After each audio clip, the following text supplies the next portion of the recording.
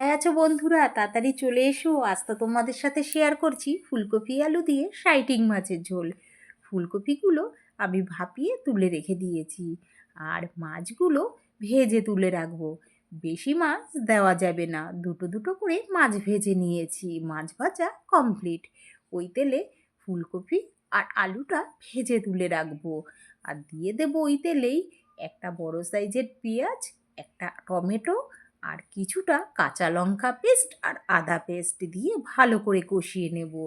দিয়ে দেব পরিমাণ মতো হলুদ, পরিমাণ মতো কাশ্মীরি লঙ্কার গুঁড়ো, পরিমাণ মতো ধনের গুঁড়ো, আর পরিমাণ মতো লবণ। কালারটা হওয়ার জন্য কাশ্মীরি লঙ্কার গুঁড়ো ব্যবহার করেছি। ভালো করে কষিয়ে নেব। কষানো হয়ে গেলে দিয়ে দেব আলু। আলুটা দেওয়ার কিছুক্ষণ পরেই দিয়ে দেব ভেজে রাখা ফুলকপিগুলো। ভালো করে কষিয়ে নেব। কষানো হয়ে গেলে পরিমাণ মতো জল দিয়ে দেব।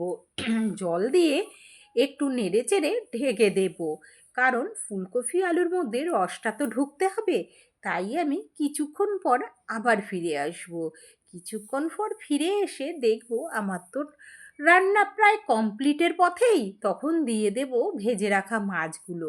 ভেজে রাখা মাছগুলো দিয়ে আলতো হাতে একটু নেড়ে চেড়ে দিতে হবে, কারণ ফুলকপিগুলো খুব সূক্ষ্ম হয়। তাই আলতো হাতে একটু নেড়ে চেড়ে আবার ঢেকে দেব। মাছের ভেতরে তো রস ঢুকতে হবে, তোমরা তো সবাই জানোই। তাই আমি কিছুক্ষণ পর আবার ফিরে আসবো। আর এপাশে আমি ধনে পাতা কেটে নেব। তোমরা তো জানোই আমি ধনে পাতা খুব ভালো খাই। তাই কিছুক্ষণ পরে এসে আমি দিয়ে দেব পরিমাণ মতো একটু ভাজা জিরের গুঁড়ো, আর একটু বেশি করে ধনে পাতা, কারণ ধনে পাতাতে ফ্লেভারটা খুব সুন্দর আসে। আমি ধনে পাতা ওপর থেকে ছড়িয়ে দেব, আর একটু নেড়ে চেড়ে নেব।